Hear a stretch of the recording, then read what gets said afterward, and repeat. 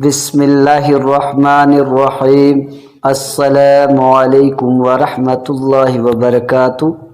معارف الحدیث، دنیاوی معاملات میں حضور کی ذاتی رائے کی حیثیت۔ حدیث نمبر 1904۔ حضرت رافع بن خدیج رضی اللہ تعالی عنہ سے روایت ہے کہ رسول اللہ صلی اللہ علیہ وسلم ہجرت کر کے مدینہ تشریف لائے تو آپ صلی اللہ علیہ وسلم نے دیکھا کہ اہل مدینہ کھجور کے درختوں پر تعبیر کا عمل کرتے ہیں۔ آپ صلی اللہ علیہ وسلم نے دریافت فرمایا کہ آپ لوگ یہ کیا کرتے ہیں اور کس واسطے کرتے ہیں؟ انہوں نے عرض کیا کہ یہ ہم پہلے سے کرتے آئے ہیں۔ آپ صلی اللہ علیہ وسلم نے فرمایا شاید کہ تم اس کو نہ کرو تو بہتر ہو، تو انہوں نے اس کو ترک کر دیا تو پیداوار کم ہوئی، تو لوگوں نے حضور پاک صلی اللہ علیہ وسلم سے اس کا ذکر کیا تو آپ صلی اللہ علیہ وسلم نے ارشاد فرمایا کہ میں اپنی فطرت کے لحاظ سے بس ایک بشر ہوں۔ جب میں تم کو دین کی لائن کی کسی بات کا حکم کروں تو اس کو لازم پکڑو اور اس پر عمل کرو، اور جب میں اپنی ذاتی رائے سے کسی بات کے لیے تم سے کہوں تو میں بس ایک بشر ہوں۔ حوالہ مسلم شریف۔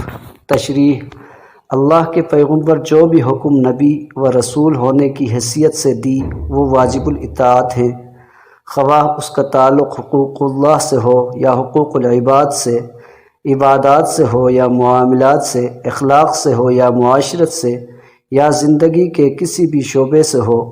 لیکن کبھی کبھی اللہ کے پیغمبر کسی خاص دنیاوی معاملے میں اپنی ذاتی رائے سے بھی مشورہ دیتے ہیں تو اس کے بارے میں خود رسول اللہ صلی اللہ علیہ وسلم نے واضح فرما دیا کہ وہ امت کے لیے واجب اطاعت نہیں ہے، بلکہ یہ بھی ضروری نہیں ہے کہ وہ ہمیشہ صحیح ہو اور اس میں غلطی بھی ہو سکتی ہے۔ مندرجہ ذیل حدیث کا مدعا یہی ہے۔ مدینہ طیبہ کھجور کی پیداوار کا خاص علاقہ تھا اور اب بھی ایسا ہی ہے۔ رسول اللہ صلی اللہ علیہ وسلم جب ہجرت فرما کر وہاں پہنچے تو آپ صلی اللہ علیہ وسلم نے دیکھا کہ وہاں کے لوگ کھجوروں کے درختوں میں ایک درخت کو نر اور دوسرے کو مادہ قرار دے کر ان کے شگوفوں میں ایک خاص طریقے سے پیوند کاری کرتے تھے، جس کو تعبیر کہا جاتا تھا۔ چونکہ مکہ معظمہ اور اس کے اطراف میں کھجور پیدا نہیں ہوتی، اس لیے یہ تعبیر کا عمل آپ صلی اللہ علیہ وسلم کے لیے ایک نئی بات تھی۔ آپ صلی اللہ علیہ وسلم نے ان لوگوں سے اس لیے دریافت فرمایا کہ یہ آپ لوگ کیا کرتے ہیں اور کس لیے کرتے ہیں۔ وہ اس کی کوئی خاص حکمت اور نافیات نہیں بتلا سکے، صرف یہ کہا کہ پہلے سے ہی یہ ہوتا رہا ہے، یعنی ہم نے اپنے باپ دادے کو کرتے دیکھا تھا اس لیے ہم بھی کرتے ہیں۔ آپ صلی اللہ علیہ وسلم نے اس کو دور جاہلیت کی دوسری بہت سی لغو باتوں کی طرح کا ایک فضول اور بے فائدہ کام سمجھا اور ارشاد فرمایا کہ شاید اس کو نہ کرو تو بہتر ہو۔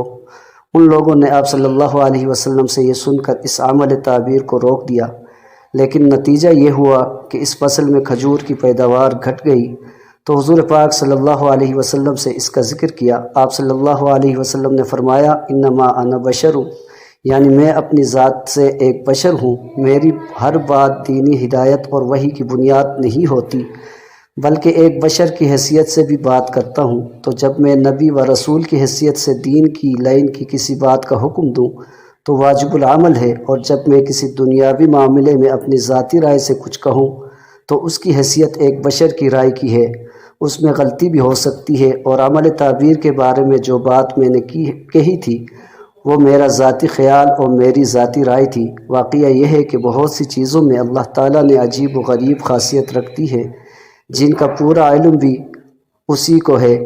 تعبیر کے عمل میں اللہ تعالیٰ نے یہ خاصیت رکھی ہے کہ اس کی وجہ سے پیداوار زیادہ ہوتی ہے، لیکن اس کے بارے میں اللہ تعالیٰ کی طرف سے رسول پاک صلی اللہ علیہ وسلم کو کچھ نہیں بتلایا گیا تھا، اور آپ کو اس کی ضرورت بھی نہیں تھی۔ آپ باغبانی کے رموز بتلانے کے لیے نہیں آئے تھے، بلکہ عالم انسانی کی ہدایت اور اس کو رضا الہی اور جنت کا راستہ دکھلانے کے لیے مبعوث ہوئے تھے، اور اس کے لیے جس علم کی ضرورت تھی وہ آپ کو بھرپور عطا فرمایا گیا تھا۔ اس حدیث سے یہ بھی معلوم ہو گیا کہ یہ خیال اور عقیدہ غلط ہے کہ رسول اللہ صلی اللہ علیہ وسلم کو دنیا کی ہر بات اور ہر چیز کا علم تھا۔ جو لوگ ایسا سمجھتے ہیں وہ حضور پاک صلی اللہ علیہ وسلم کی شان عالی سے ناآشنا ہیں۔